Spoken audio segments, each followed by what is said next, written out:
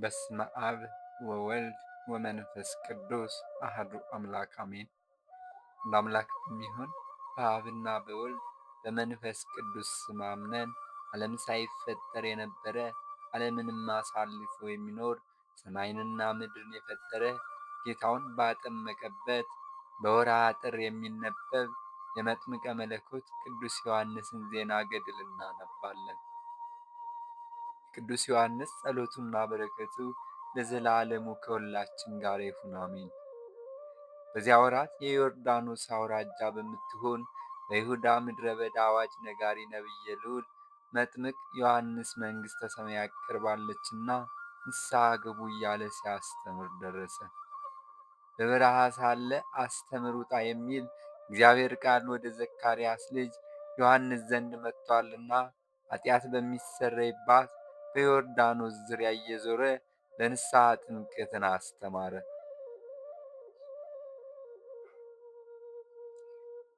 በነቢዩ ኢሳይያስ በገዳም የሚያስተምር አዋጅ ነጋሪ ተብሎ የተነገረለት ነውና፣ ይኸውም የእግዚአብሔር መንገድ አዘጋጁ፣ ጥርጊያውንም አስተካክሉ፣ ጎዳናውንም ሁሉ ይምላ፣ ተራራው ኮረብታ ሁሉ ዝቅ ይበል፣ ሰንካላው መንገድ ጽርጊያ ይሁን፣ ሰው ሁሉ የእግዚአብሔርን ማዳን ይወቅ የሚል ነው።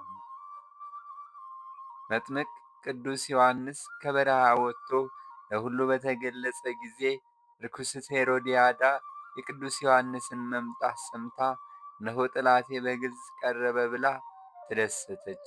ሕዝቡም ሁሉ ያከብሩታልና ክፋትን ታደርግ ዘንድ ግን አልተቻላትም። የመጥምቁ ቅዱስ ዮሐንስ ልብሱ የግመል ጠጉር፣ ወገቡን የሚታጠቅበትም ቆዳ ነው።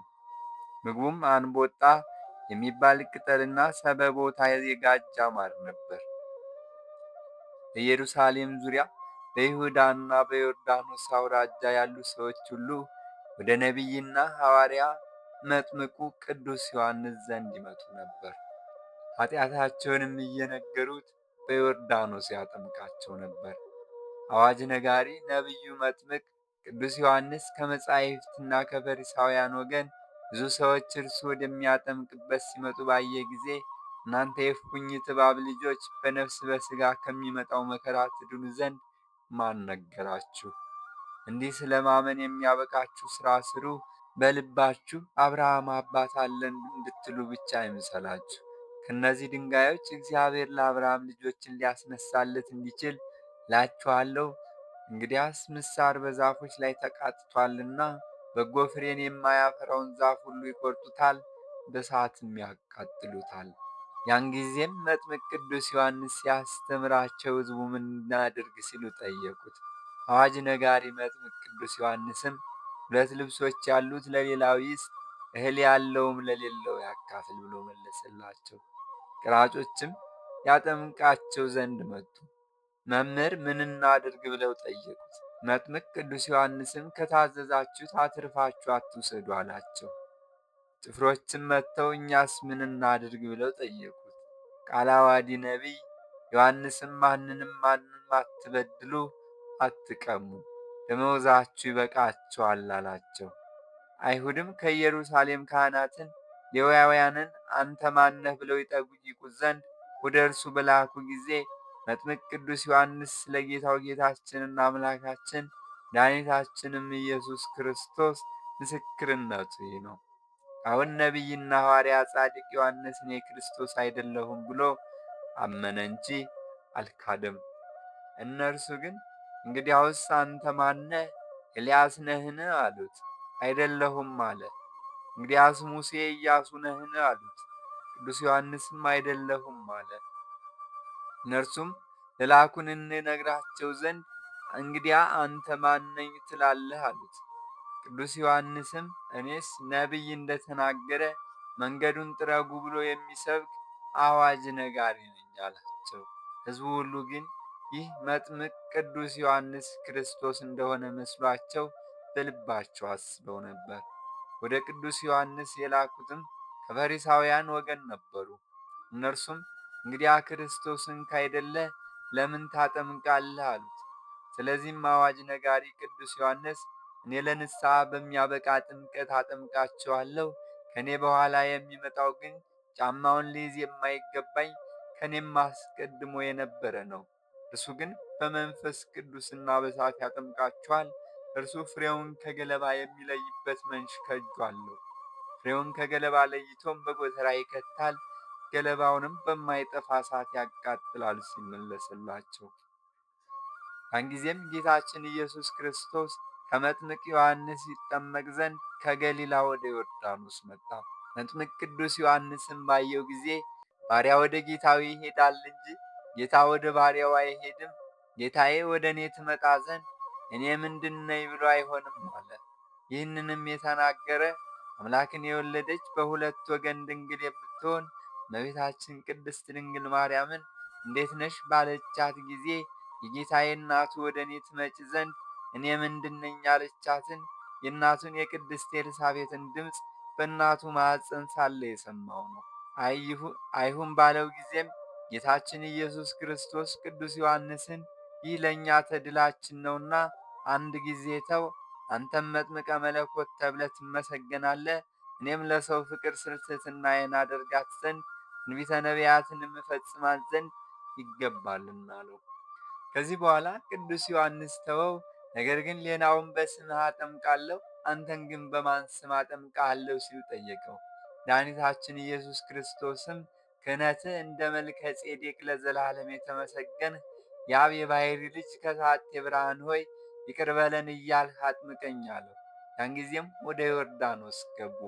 ጌታችን ኢየሱስ ክርስቶስ የዚህን ጊዜ በ10ኛው ሰዓተ ሌሊት ተጠምቆ ከውሃ በወጣ በኋላ እነሆ ሰማይ ተከፈተ፣ መንፈስ ቅዱስም በአምሳለ ርግብ ወርዶ ከራሱ ላይ ሲቀመጥበት አየ። ለተዋህዶ የመረጥሁት በእርሱ ሕልው ሆኜ ልመለክበት የወደድሁት ልጄ ይህ ነው የሚል ቃል ከሰማይ ተሰማው። በዮርዳኖስ ማዶ በቢታንያ በቤተ ራባ አውራጃዎች ነቢይና ሐዋርያ ቃለ ዓዋዲ ቅዱስ ዮሐንስ በፈለገ ዮርዳኖስ ያጠመቀው ጌታችን ኢየሱስ ክርስቶስን ወደ እርሱ ሲመጣ ባየው ጊዜ ከኔ አስቀድሞ የነበረው ከኔ በኋላ ይመጣል ያልኋችሁ በመካከላችሁ ሳለ ገና ያላወቃችሁት የዓለምን ኃጢአት የሚያስወግድ የእግዚአብሔር በግ እነሆ አለ። ዳግመኛም መጥምቅ ቅዱስ ዮሐንስ መንፈስ ቅዱስ በርግብ አምሳል ወርዶ ሲቀመጥበት አየሁ። በውሃ አጠምቅ ዘንድ የላከኝም መንፈስ ቅዱስ ወርዶ በላዩ ሲያርፍበት የምታየው ይህ በመንፈስ ቅዱስና በእሳት የሚያጠምቀው እርሱ ነው አለኝ። እኔም አይቻለሁ፣ ይህ የሕያው እግዚአብሔር የባሕርይ ልጅ እንደሆነ መሰክራለሁ አለ። በማግስቱም አዋጅ ነጋሪ መምህር ቅዱስ ዮሐንስ ከሁለቱ ደቀ መዛሙርቱ ከወንጌላዊ ቅዱስ ዮሐንስና ከሐዋርያ ቅዱስ እንድርያስ ጋር ቆሞ ጌታችንና አምላካችን ኢየሱስ ክርስቶስን ዳግመኛ ባየው ጊዜ የዓለምን ኃጢአት የሚያስተሰርይ የእግዚአብሔር መሥዋዕቱ እነሆ አላቸው። ስለ ዓለም መድኃኒት ክርስቶስ አሰምቶ የሚናገር በታላቅ ቃልም የሚመሰክር የአዋጅ ነጋሪ ቅዱስ ዮሐንስ ሁለቱ ደቀ መዛሙርቱ ሰምተው ጌታችን ኢየሱስ ክርስቶስን ተከተሉት። ጌታችን ኢየሱስ ክርስቶስም ያጠመቀው የቅዱስ ዮሐንስ ሁለቱ ደቀ መዛሙርትን ምን ትፈልጋላችሁ አላቸው። መምህር ሆይ ወዴት ታድራለህ አሉት። እርሱም መጥታችሁ እዩ አላቸው። ደቀ መዛሙርቱ ቅዱስ እንድርያስና ቅዱስ ዮሐንስ ሄደው የሚያድርበትን አዩ። በዚያም እስከ 10 ሰዓት ከእርሱ ዘንድ ዋሉ። ወንጌላዊ ዮሐንስም ስለ መጥምቀ መለኮት ቅዱስ ዮሐንስ እንዲህ አለ። ጌታቸው ኢየሱስ ክርስቶስን ያጠመቀ ዮሐንስማ እርሱ ከእግዚአብሔር ተልኮ ስለ ብርሃን ክርስቶስ ሊመሰክር መጥቷል እንጂ እርሱ ብርሃን አይደለም። የእውነት ብርሃንስ መጥምቁ ቅዱስ ዮሐንስ በፈለገ ዮርዳኖስ በከበሩ ቅዱሳት እጆቹ ያጠመቀው ለሰው ሁሉ ያበራ ዘንድ ወደ ዓለም መጥቶ ይቅር ያለን ብርሃነ ድኅነትን የገለጠልን የአብ የባሕርይ ልጅ ክርስቶስ ነው። ዓለምን ግን አላወቀውም፣ ወገኖችም አልተቀበሉትም። ለተቀበሉት ግን የእግዚአብሔር ልጆች የሆኑ ዘንድ ሥልጣን ሰጣቸው። ዳግመኛም ጌታችን መድኃኒታችን አምላካችን ኢየሱስ ክርስቶስ ጎዳናውን ጥረጉ እያለ በበረሃ ስለሚሰብክ በዮርዳኖስም ስላጠመቀው ቅዱስ ዮሐንስ ምስክርነትም ስለ እኔ የመሰከረ ያጠመቀኝም የዚህ ዮሐንስ ምስክርነት እውነት ነው። እናንተ ጎዳናዬን ወደሚጠርግ ወዳጄ ዮሐንስ ልካችሁ ስለ እኔ ምስክርነት በእውነት ነግራችሁ አልነበረምን?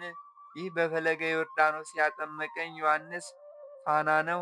እናንተም በትምህርቱ መንፈቅ ደስ ሊላችሁ ወደዳችሁ አለ።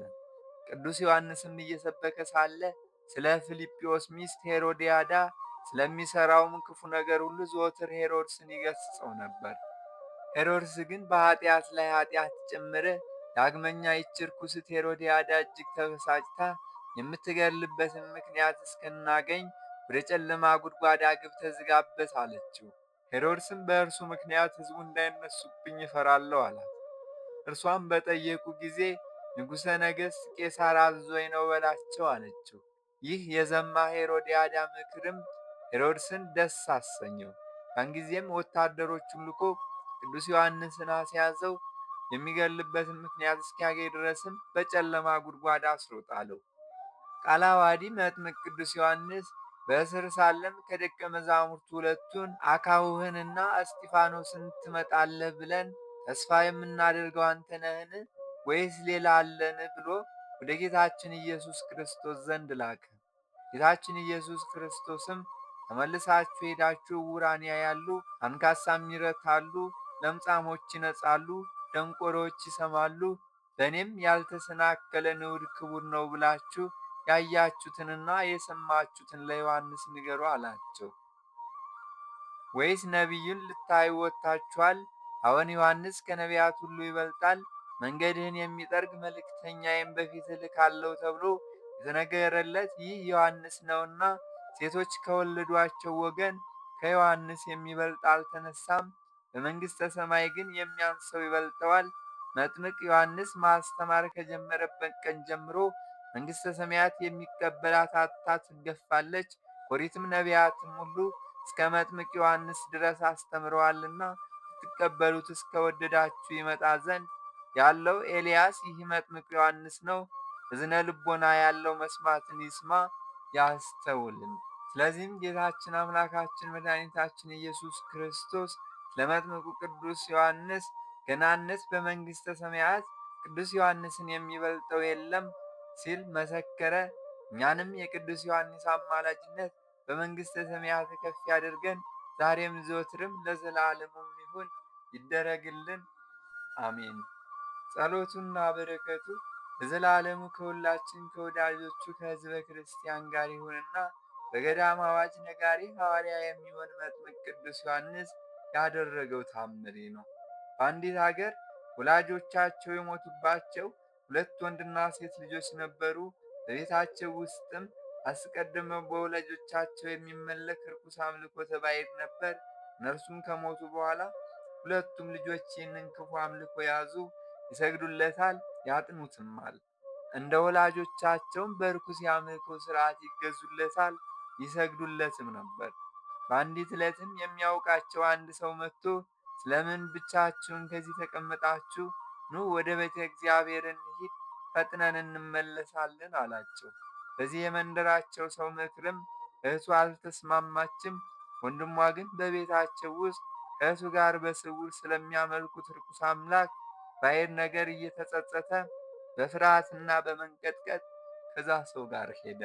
ይህ ጎልማሳ ከተባረከ ከዚያ መንፈሳዊ ሰው ጋር ወደ ቤተ እግዚአብሔር በደረሰ ጊዜም ብዙ ሽማግሌዎች፣ ሕፃናት፣ ሴቶችና ጎልማሶች በሰባኪው ካህን ቃል ቅዱስ ወንጌሉን ሲማሩ ተመለከተ። ይህ ጎልማሳም ከወንዶቹም በኩል በመካከላቸው ተቀምጦ ይማር ጀመር።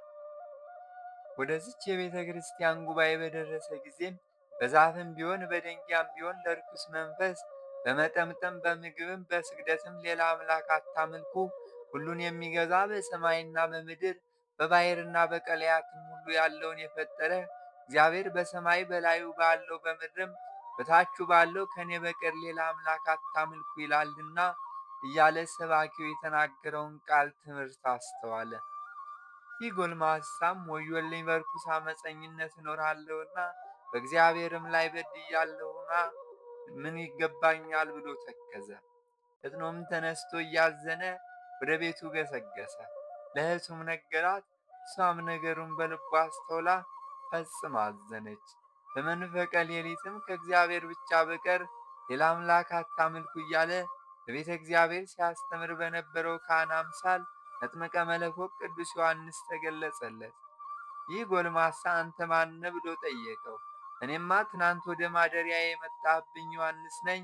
አይዞህ አትፍራ፣ አጠምቅ ዘንድ ኃጢአትህም ይቅር ይባልልህ ዘንድ ወደ እኔ ና ብሎት ከእርሱ ተሰወረ።